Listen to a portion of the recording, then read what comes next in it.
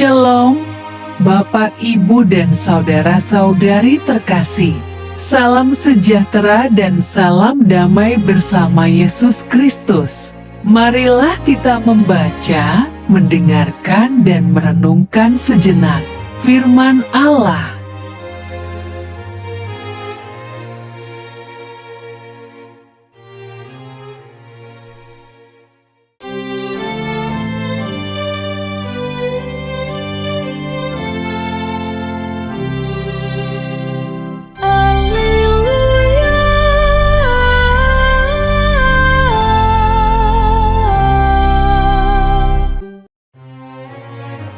Tuhan bersamamu dan bersama rohmu. Inilah Injil suci menurut Matius. Marilah kepadaku, semua yang letih lesu dan berbeban berat, aku akan memberi kelegaan kepadamu. Pikulah-Ku yang kupasang dan belajarlah padaku, karena aku lemah lembut dan rendah hati, dan jiwamu akan mendapat ketenangan. Sebab kuk yang kupasang itu enak dan bebanku pun ringan. Demikianlah sabda Tuhan, terpujilah Kristus. Renungan Injil. Bapak, Ibu, dan saudara-saudari terkasih, manusia bebas memilih jalan mana yang akan ditempuhnya, dan bagi kita yang sudah memilih percaya kepada Yesus, maka hendaknya kita mengikuti jalan Yesus, dan jangan tergoda ikuti jalan lain yang menawarkan jalan pintas, sebab jalan Yesus itu hanya ada 3 petunjuk, yakni jalan sangkuli sangkal diri, pikul salib, dan ikuti Yesus. Yesus berkata kepada murid-muridnya, "Setiap orang yang mau mengikut aku, ia harus menyangkal dirinya, memikul salibnya dan mengikut aku."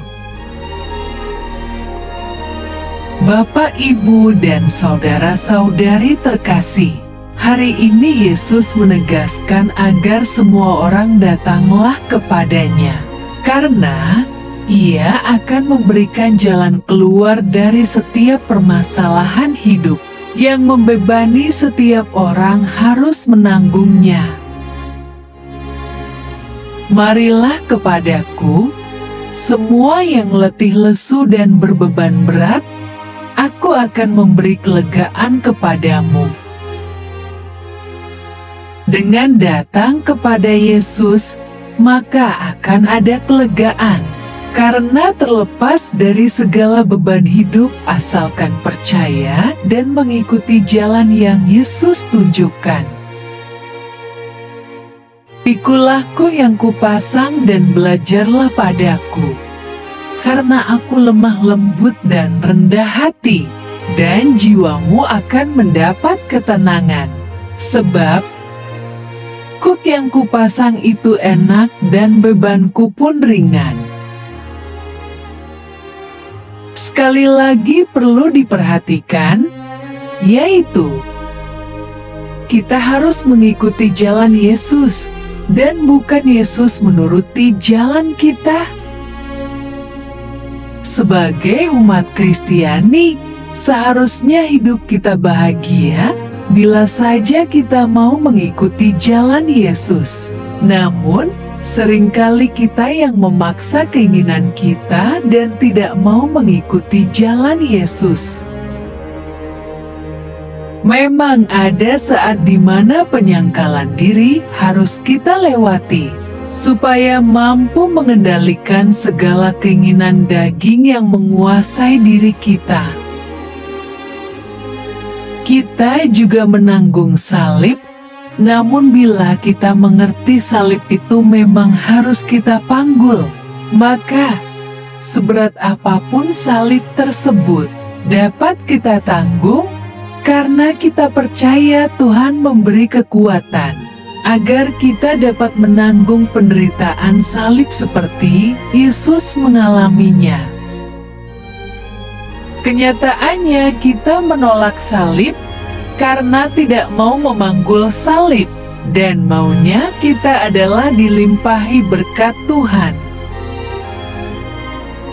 Kesulitan hidup adalah salah satu bentuk salib, meskipun seringkali kesulitan hidup disebabkan kesalahan kita sendiri akibat berbuat dosa.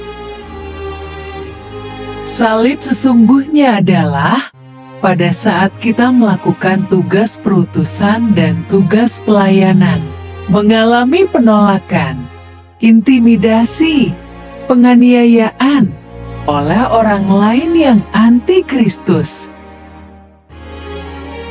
Penderitaan yang kita alami saat ini lebih diakibatkan kita tidak dapat menguasai keinginan kedagingan kita yang syarat dengan hawa nafsu.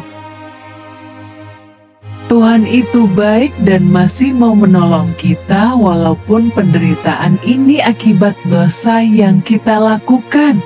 Asalkan kita mau mengakui dosa dan memohon ampun serta bertobat tidak mengulangi dosa. Hendaknya kita bersyukur atas kebaikan Tuhan dan seharusnya kita menjalani hidup bersamanya. Ya Tuhan, Engkau akan menyediakan damai sejahtera bagi kami, sebab segala sesuatu yang kami kerjakan, Engkaulah yang melakukannya bagi kami. Kita sadar betapa sering pelanggaran yang kita lakukan dan akibatnya kita harus menanggung penderitaan hidup, sehingga kita berteriak kesakitan seraya memohon pertolongan Tuhan. Ya Tuhan, dalam kesesakan mereka mencari Engkau, ketika hajaran-Mu menimpa mereka. Mereka mengeluh dalam doa, seperti perempuan yang mengandung yang sudah dekat waktunya untuk melahirkan, menggeliat sakit, mengerang karena sakit beranak. Demikianlah tadinya keadaan kami di hadapan-Mu, ya Tuhan. Puji Tuhan, justru melalui salib Yesus maka segala dosa kita ditanggungnya. Dan hendaknya kita tidak berbuat dosa lagi supaya segala penderitaan hidup tidak lagi kita menanggungnya. Karena kita tahu bahwa manusia lama kita telah turut disalibkan, supaya tubuh dosa kita hilang kuasanya, agar jangan kita menghambakan diri lagi kepada dosa. Jika kita terjatuh kembali dalam dosa yang mengakibatkan menderita kembali, maka segeralah datang kepada Yesus dan memohon ampun serta bertobat. Teruslah datang kepada Yesus dalam keadaan apapun juga dan jangan takut. Sebab Yesus sangat mengasihi orang berdosa agar supaya beroleh hidup yang kekal, asalkan mau mengikuti jalannya. Yesus mendengarnya dan berkata kepada mereka, "Bukan orang sehat yang memerlukan tabib, tetapi orang sakit. Aku datang bukan untuk memanggil orang benar, melainkan orang berdosa. Berhentilah berbuat dosa dan marilah datang mendekat kepada Tuhan Yesus, maka hidupmu damai sejahtera." Karena itu, setiap orang yang tetap berada di dalam Dia tidak berbuat dosa lagi. Setiap orang yang tetap berbuat dosa tidak melihat dan tidak mengenal Dia. Bapak, Ibu, dan saudara-saudari terkasih, tunggu apa lagi? Ayo datanglah kepada Yesus dan ikutilah jalan Yesus. Marilah berdoa. Allah Bapa, sumber pengharapan, Engkau telah mengikat perjanjian dengan semua orang melalui Yesus yang terurapi. Semoga kami selalu berpegang teguh pada Dia dan berkembang menjadi umat yang patuh setia.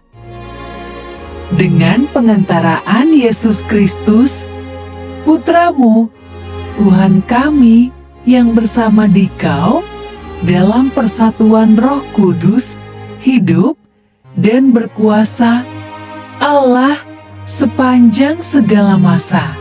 Dalam nama Bapa, Putra, dan Roh Kudus. Amin. Terima kasih sudah mendengarkan dan merenungkan firman Allah.